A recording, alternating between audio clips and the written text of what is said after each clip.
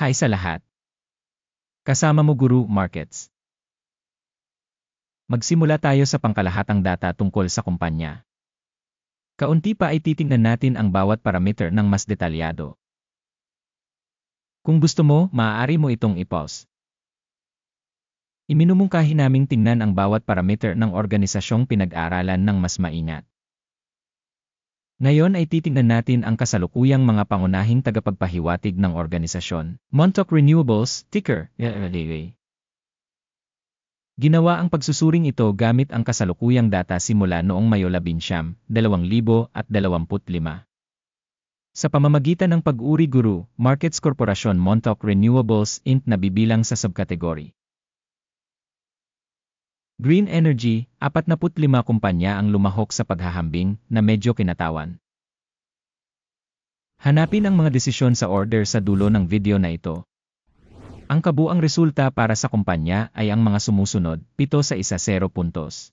Ang average na marka para sa subkategory ay -0.5 puntos.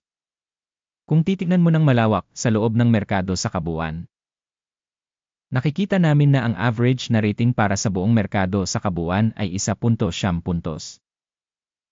Laban sa 7-point rating para sa kumpanya Montauk Renewables.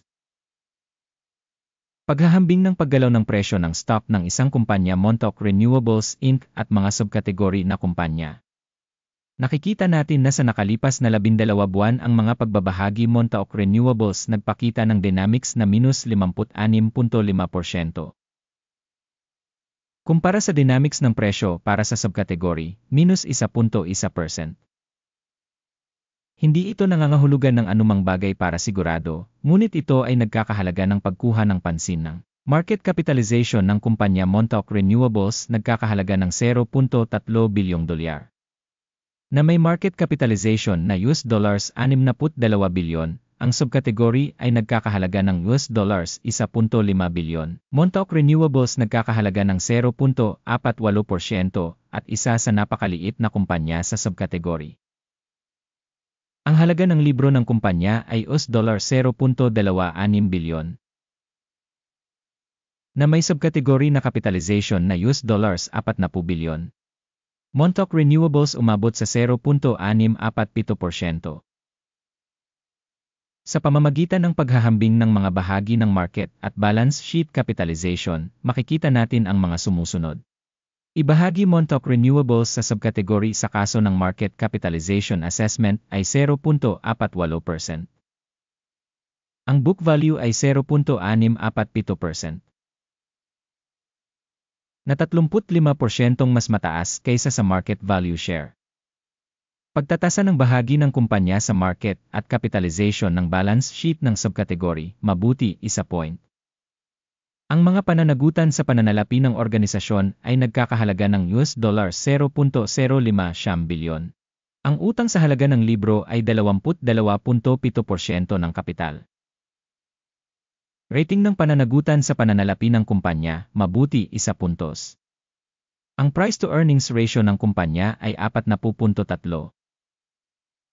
Ang average para sa subkategory ay 0, na mas mahusay kaysa sa average para sa subkategory. Pagsusuri ng stock market value ng kumpanya sa ratio ng tubo kumpara sa mga kumpanya sa subkategory, napakahusay, 2 puntos. Ang mga kita sa huling 12 buwan ay $7 milyon. Inaasahang magiging $18 milyon ang inaasahang kita para sa susunod na 12 buwan. 149% mas mataas kaysa sa kasalukuyan. Pagtatasa ng inaasahang tagapagpahiwatig ng kita sa hinaharap kumpara sa mga kumpanya sa subkategory, mabuti 1 puntos. Ang ratio ng presyo sa benta ng kumpanya ay 1.7. Ang average para sa subkategory ay 1.3, na 31% mas mataas kaysa sa average para sa subkategory. Pagtatasa ng halaga ng merkado sa ratio ng kita kumpara sa mga tagapagpahiwatig sa subkategory, tolet, -0.5 puntos.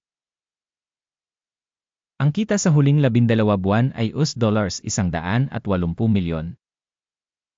Ang kita para sa susunod na 12 buwan ay inaasahang magiging $290 milyon. Ito ay 61% mas mataas kaysa ngayon. Pagtatasa ng tagapagpahiwatig ng inaasahang mga benta sa hinaharap kumpara sa mga tagapagpahiwatig sa subkategory, mabuti, 1 puntos. Ang margin ng benta ay 4.1%, na ang average sa subkategory ay -13.5%. Ang pagkakaiba sa pagitan ng average ng subkategory at performance ng kumpanya ay 17.6%. Pagtatasa ng kakayahang kumita ng mga benta kumpara sa mga tagapagpahiwatig ng subkategory, mabuti, 0.5 puntos. Ang bahagi ng kumpanya sa bilang ng mga empleyado sa subkategory ay 0.17%. Ito ay 182% mas mababa kaysa sa market capitalization share. At ang katotohanan ito ay nagpapakita ng pagkakaiba sa pagitan ng kasalukuyang presyo sa merkado ng kumpanya Montauk Renewables, malamang patungo sa muling pagsusuri. Ang halaga ng market capital bawat empleyado ng organisasyon ay katumbas ng $1,776,000 at sa subkategory ay mayroong $637,000. Ang pagkakaiba sa pagitan ng average ng subkategory at pagganap ng kumpanya ay 181.9%. Pagsusuri ng kapital ng kumpanya bawat empleyado kumpara sa mga tagapagpahiwatig ng mga kumpanya sa subkategory, passable, 0 puntos.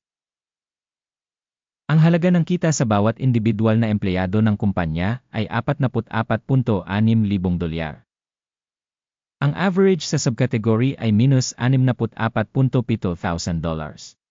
At ang pagkakaiba sa pagitan ng average para sa subkategory at mga figure ng kumpanya ay $100,000. Pagsusuri ng kita sa bawat empleyado ng kumpanya kumpara sa mga tagapagpahiwatig ng mga kumpanya sa subkategory, mabuti, 0.5 puntos. Ang benta ng kumpanya sa bawat empleyado ay $1,081,000. Subkategory, $481,000. Ang pagkakaiba sa pagitan ng average ng subkategory at pagganap ng kumpanya ay 125%. Pagsusuri ng dami ng benta sa bawat individual na empleyado ng kumpanya kumpara sa mga tagapagpahiwatig sa subkategory, mabuti, 0.5 puntos. Mayroong 3.5% ng mga pagbabahagi para sa pagbebenta, kumpara sa isang average na 8.7% para sa subkategory. Ito ay isang tagapagpahiwatig ng panganib ng isang maikling pisilin. Teknikal na tagapagpahiwatig RESA 14 na nagpapakita ng antas na 44% para sa kumpanya Montauk Renewables Inc. Sa subkategory, ang RESI level 14 na ay 65%. Technically, mas mataas ang halaga ng subcategory securities kaysa sa kumpanya Montauk Renewables Inc. Ang kasalukuyang stock valuation ng kumpanya ay nasa $2.07. Ang target na presyo ng pinagkasunduan para sa mga pagbabahagi ng kumpanya ay nasa paligid ng $3.3. Ang aktual na pagtataya ng presyo at pinagkasunduan ay humigit kumulang 64% ang pagitan. Pumunta tayo sa talahanayan ng mga order na magagamit mo, ang link dito ay nasa nakapin na komento. Ang talahanayan ng pagkakasunod-sunod ay naglalaman ng lahat ng mga desisyon na ginawa sa isang partikular na panahon ng impormasyon at sistema ng sanggunian para sa pagsusuri ng Stock Guru Markets. Ang pag-access sa talahanayan ng order ay ganap na libre at bukas, link sa nakapin na komento. Batay sa mga resulta ng pagtatasa Montauk Renewables Inc. Sistema ng impormasyon at sanggunian para sa pagsusuri ng Stock Guru Markets ginawa ang sumusunod na desisyon. Magbukas ng buy order sa $2.08 kada share. Ang order ay binuksan dahil sa ang katunayan na ang kumpanya ay may isang medyo mataas na rating. Ang pagtatasa ng organisasyon ay ginawa gamit ang modelo ng pagtatasa, ang index ng AKIM. Ang take profit ay nakatakda sa 2.55. Ang stop loss ay nakatakda sa 1.61.